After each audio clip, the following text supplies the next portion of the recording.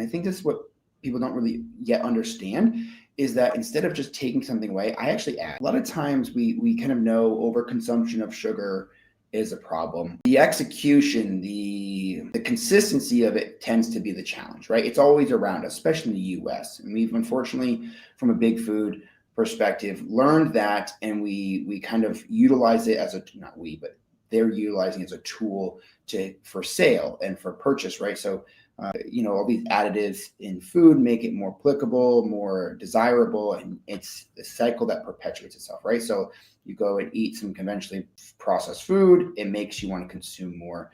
And it's a dopamine response that gets ingrained into a process that it's hard to override. It's habitual, it's addictive. And I think this is what people don't really yet understand is that instead of just taking something away, I actually add. So if I add nutrient density to their diet, I find huge success in reduction in cravings. 80 to 90% of Americans have at least 2 food/nutrient deficiencies. Over 95% of Americans have at least 1 nutrient deficiencies. Our food quality has deteriorated. Our nutrition has deteriorated. We're craving more simple carbohydrates to compensate for our body's need for more nutrition, right? So your body's telling you, biology is telling you, go eat more. I'm deprived of certain nutrient markers, vitamins, minerals, and such. And then you unfortunately have access to foods that are not actually filling that need, but giving you extra calories. So if I can push more protein, more nutrient density, more satiety through fiber and whole foods, I actually tell people, go eat more.